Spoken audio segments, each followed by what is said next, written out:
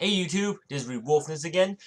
This is another beginner guide for hard adventures to fight Lubelisk. If you're a beginner like me, have no idea how these fights work, and try to check out these fights before you enter it, before people yell at us for no reason. So this is the fight for Lubelisk, like I said. Just want to make sure this boss called Farrakhan. If you want to pick up the wings, which everyone is in here for, usually, not maybe for the pet, pretty good item, but usually it's for the wings. So it's a very short guide. I did bring a really good team to do this fight. Hope you guys enjoy it. See you guys inside. Okay, this is the first phase of the room here. So like I said, I did bring a really good team with me. Like, this fight does end in 5 minutes, but usually if your DPS is around 3k or so, it does take around 12 minutes if you have a group of 3k DPS. 12 minutes, 10 to 12 minutes, okay? So how does this phase 1 fight work, okay? So I cannot emphasize this harder is that ads over the boss. So you will have 3 people dealing with ads while 1 person chases the boss. These ads are extremely annoying. They are really weak by themselves, but like not weak. They're more of an annoyance. They do quite a lot of damage, and they mostly stun you. They mostly stun you and let the boss do the most damage here. That's why you need to deal with the ads. So that's kind of the idea. So you see here, like, I do chase down, like 3 of us are chasing down these ads, and 1 guy just sticks with the boss. So deal with ads over boss. It's very straightforward. Farrakhan himself, what does he do? So when he charges his blade, he has 2 charge blade moves. One, he just slashes in, or one, he just like does a whirlwind move. It's very simple. When you do it, just avoid from his direction and just go behind him. You're good to go. His other move is he throws these green stuff on the ground. Like he throws his blade at you. Well, actually, technically, he throws his sword at you. So when he throws his sword at you on the ground, just dodge it. That's very simple. So the whole fight does is fly around, put the ads on the opposite end, and when you come closer, he just slashes like crazy. That's kind of how phase 1 works, okay? So which after you kill him, to bring him on damage, you will enter phase 2, which we're going to enter right now. So in phase 2, it's a pretty simple fight, but it does get out of hand pretty fast. So you see 4 platforms. Ignore the 2 other platforms. The top platform is because it never gets that far, to be honest. So what does this guy do? He will summon 2 echoes on the corner. You will have the setup of 1 DPS on each echoes, and the rest of DPS in the center. So 1, 2, and 1. Okay. If you have a healer, same concept. The healer will join the middle DPS and deal with that.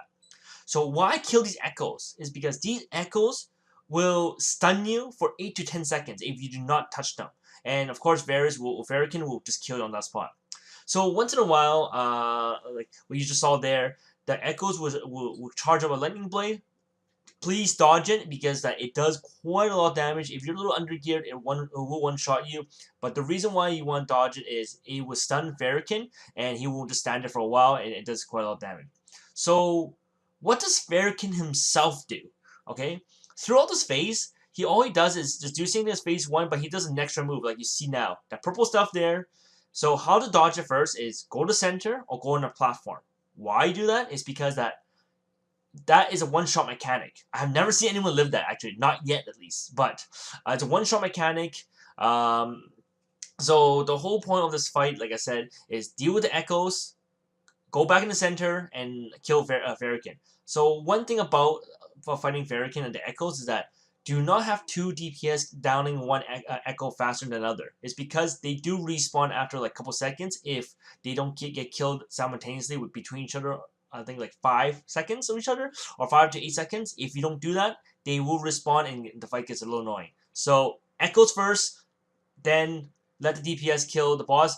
The echoes must die first, no matter the situation. Now, after done this, we're entering phase 3, the fun part, quotations. So in phase 3, it's probably the most annoying fight, I guess, / fun, if you want to do it. So he will be on the platform. He will be sitting in that platform the majority of the time.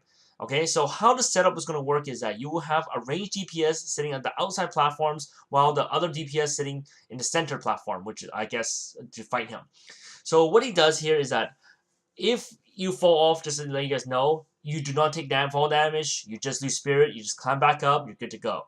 So why a ranged DPS outside the platform is because that he summons these baby dragons, and these dragons do a lot of damage, especially they power on you, and they're really easy to kill though. So that's why you have a DPS staying outside while everyone fights Farrakhan, okay? Farrakhan still does the same thing, but the only difference is that this time when he charges up, he attacks actually the outer player outside that fighting the dragons. So you see here, sometimes he just shoots his lightning there. It's because he's going for that. He does destroy the platform, making sure the person falls off.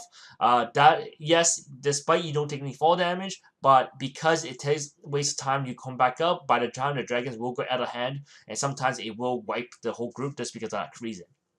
So what else does he do? Okay, so this is a foreign problem is that we kill him really too fast. So when he gets down like around 10% HP, he spams the green crap on the ground like crazy. He just constantly do damage.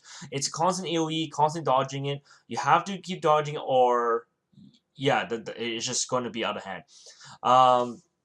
So the thing is about this fight is that adds first again.